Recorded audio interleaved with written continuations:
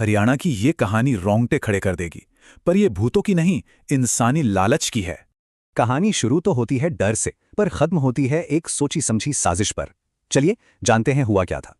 कहानी का हीरो है राघव मलिक, एक अमीर बिजनेसमैन। हरियाणा में उसका एक बड़ा सा फार्म हाउस था और उस फार्म हाउस की देखभाल करता था राजू, जो राघव का बहुत वफादार नौकर माना जाता था। पूरे 10 साल से राजू ने ईमानदारी से काम किया और राघव उस पर आंख बंद करके भरोसा करता था। फिर कहानी में एक ट्विस्ट आता है। राघव बताता है कि रात में 9 से 3 बजे तक बिजली नहीं रहेगी। इसके कुछ ही दिन बाद राजू का घबराया हुआ फोन आता है। वो किसी डरावनी चीज के होने की बात करता है।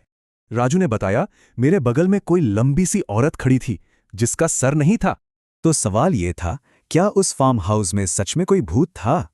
राघव फार्म हाउस पहुंचता है, पर उसे ये सब बकवास लगता है। वो खुद रात वहीं रुकने का फैसला करता है। लेकिन उस रात राघव के साथ भी कुछ ऐसा हुआ जिसने उसका यकीन हिला दिया। अंधेरे में अचानक किसी को देखकर राघव, जो हार्ट पेशेंट था, बेहोश होकर गिर पड़ा। रात के 3 बजने से ठीक पहले राघव को होश आया और तभी उसने एक चौंकाने वाली बात सुन ली। जैसे ही लाइट आई, राघव ने देखा वो साया कोई और नहीं बल्कि उसका भरोसेमंद नौकर राजू था। तभी राजू का फोन बजा और फोन पर थी मोहिनी, यानी राघव की अपनी पत्नी। अब सारी साजिश साफ थी। प्लान ये था कि राजू भूत का नाटक कर राघव को इतना डराए कि हार्ट अटैक से उसकी मौत हो जाए।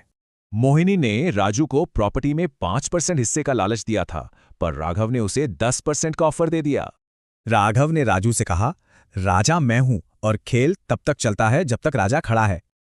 अब राजू के सामने सीधा सा हिसाब था, रानी का हुक्म माने या राजा का।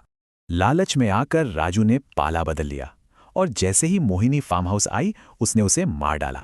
इसके बाद राघव ने कहानी का सबसे बड़ा और आखिरी दांव चला। राघव बोला, ये फार्म हाउस तो मैं 1 हफ्ते पहले ही बेच चुका हूं। मतलब राजू को धोखा मिला था। दुनिया को लगा कि राजू ने मोहिनी को मारा और फिर खुद भी मर गया, और राघव, वो तो बेचारा बेकसूर था।